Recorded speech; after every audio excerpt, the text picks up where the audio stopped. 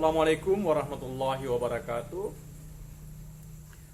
Alhamdulillahirabbil alamin, wassalatu wassalamu ala Muhammadin wa ala alihi wa sahbihi ajmain, amma ba'd. Gerhana matahari dan bulan bukan merupakan fenomena alam ensih. Dia merupakan salah satu tanda kebesaran Allah Subhanahu wa taala. Dengan adanya peristiwa ini diharapkan manusia bisa kembali bersyukur dan berpikir jernih serta rasional terhadap tanda-tanda kekuasaan dan kebesarannya. Saudara seiman, hikmah di balik peristiwa gerhana yaitu bahwa manusia harus belajar banyak dari fenomena alam, wabil khusus gerhana ini. Bahwa Allah Subhanahu wa taala menciptakan segala sesuatu dengan teratur dan seimbang. Alladzi khalaqa sab'a samawatin tibaqa ma tara fi khalqir rahmani min tafawut. Allah dialah yang menciptakan 7 langit berlapis. Tidak kamu lihat sesuatu yang tidak seimbang pada ciptaan Tuhan yang Maha Pengasih. Karena itu, manusia juga harus seimbang dalam menjalani kehidupan sehari-hari, teratur dan tidak melaksanakan hal-hal yang merusak tatanan dan norma yang berlaku, baik itu norma agama maupun aturan hukum. Karena Allah Subhanahu wa taala telah menciptakan segala sesuatu dan mengatur alam semesta dengan sempurna tanpa kekurangan sedikit pun. Inna syamsa wal qamara ayatani min ayatillah la yashifani limauti ahadin wala lihayatih. Faida ra'aitum dalika fadullah wa kabbiru wa sallu wa tasaddaqu. Sesungguhnya matahari, bulan adalah merupakan 2 tanda-tanda kebesaran Allah. Gerhana itu tidak terjadi karena ada seseorang yang mati atau dilahirkan. Kalau engkau menyaksikan gerhana, fadullah, berdoalah kepada Allah, wa kabbiru, bertakbir kepada Allah, membesarkan namanya, wasallu, salatlah, watasaddaqu, dan bersedekahlah. Itulah amalan-amalan yang patut kita kerjakan, disunnahkan kita mengerjakannya di saat terjadi gerhana. Apa sih manfaat dari gerhana itu? Peristiwa gerhana dapat menumbuhkan decak kagum bercampur rasa takut pada Allah, juga mengingatkan kita akan terjadinya hari kiamat. Abu Musa al-Asy'ari radhiyallahu an menuturkan, pernah terjadi gerhana matahari pada zaman Rasulullah SAW. Nabi lantas berdiri, merasa takut karena khawatir akan terjadi kiamat. Hadis riwayat Muslim. Ikhwatillah, sesungguhnya matahari dan bulan itu tidak diragukan lagi. Dia adalah tanda-tanda bahwa Sang Pencipta Maha Besar. Matahari ini merupakan sumber energi. Dia ada sejak 4,6 miliar tahun yang lalu. Bandingkan dengan usia manusia yang hanya 60-70 tahun.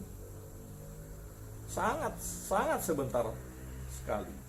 Andaikan manusia harus membayar biaya yang digunakan untuk membuat agar matahari bersinar sepanjang masa, tak akan sanggup walau hanya sehari saja, bahkan 1 menit saja. Impossible. Panasnya tidak tanggung-tanggung. Permukaannya saja itu suhunya 5.500 derajat Celcius. Tak ada benda padat yang bisa stabil di permukaan matahari, karena semua akan hancur menjadi uap.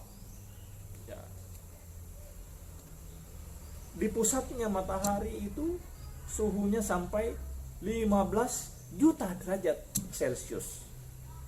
Nah, andaikan bumi ini didekatkan lintasannya ke matahari beberapa derajat saja, maka insya Allah bumi akan terbakar.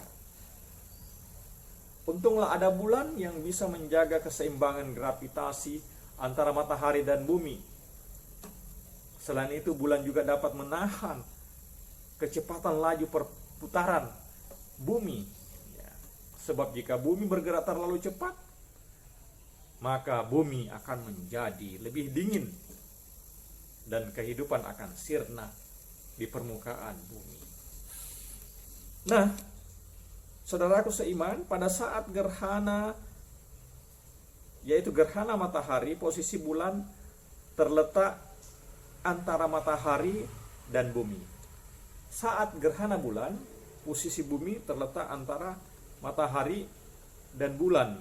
Sedemikian teraturnya mereka berputar pada orbitalnya masing-masing sehingga tidak terjadi tabrakan. Allah Maha Kuasa dan Maha berkehendak. Menjelang kiamat nanti, atas kehendak Allah, matahari terbit di sebelah barat dan terbenam di sebelah timur.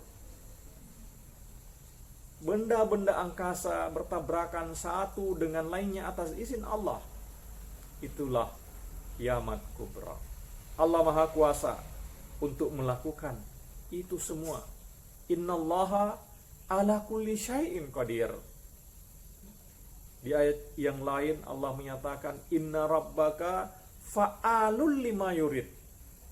Sesungguhnya Rabbmu Allah itu Maha berkehendak.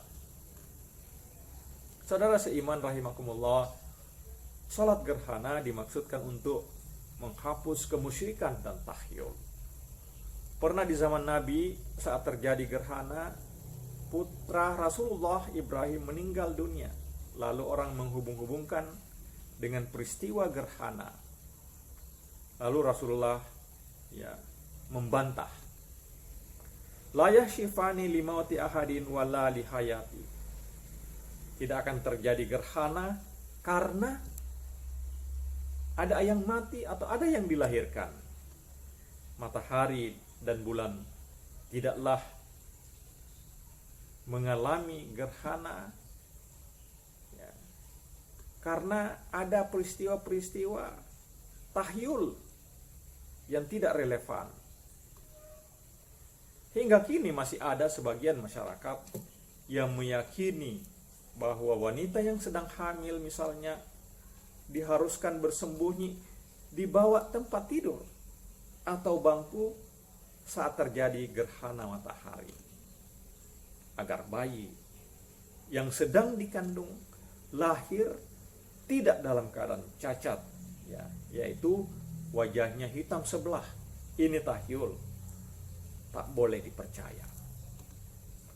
Saudara seiman, salat gerhana menghidupkan sunnah Rasulullah Sallallahu Alaihi Wasallam. Jika kita mengikuti jejak Rasulullah, maka itu menjadi bukti kecintaan kita kepada Allah. Fattabi'uni yuhibbukumullah wa yaghfir lakum dunubakum. Ikutilah aku, maka Allah akan mencintai kamu dan mengampuni dosa-dosa kalian.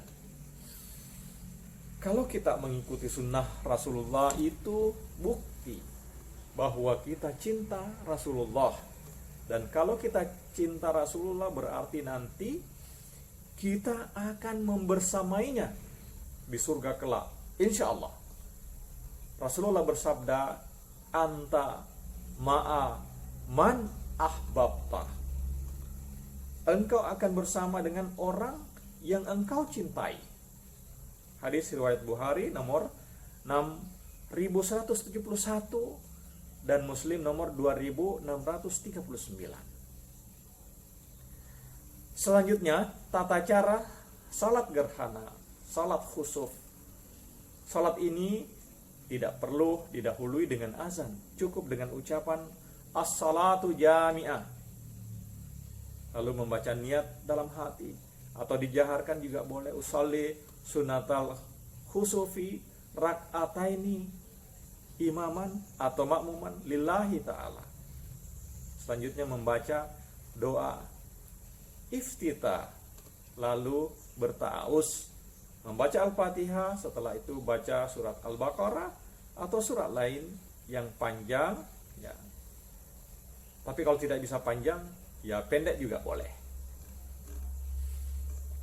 Kemudian rukuk yang lama dengan membaca tasbih, lalu i'tidal, baca doa, lalu baca surat Al-Fatihah, kemudian surat Al-Imran atau yang lain, tapi lebih pendek dari surat sebelumnya. Rukuk kemudian ya, dan membaca tasbih agak lama. Kemudian i'tidal, lalu sujud dengan membaca tasbih, lalu duduk di antara dua sujud. Kemudian sujud yang kedua dengan membaca tasbih, lalu berdiri. Maka selesai rakaat pertama. Selanjutnya laksanakan rakaat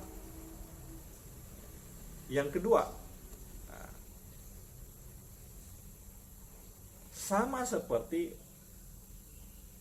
rakaat yang pertama. Lalu ditutup sama seperti sholat lainnya. Sesudah sholat dilanjutkan dengan khutbah, sama seperti saat melakukan khutbah Jumat. Demikian, wallahu a'lam. Semoga bermanfaat. Assalamualaikum warahmatullahi wabarakatuh.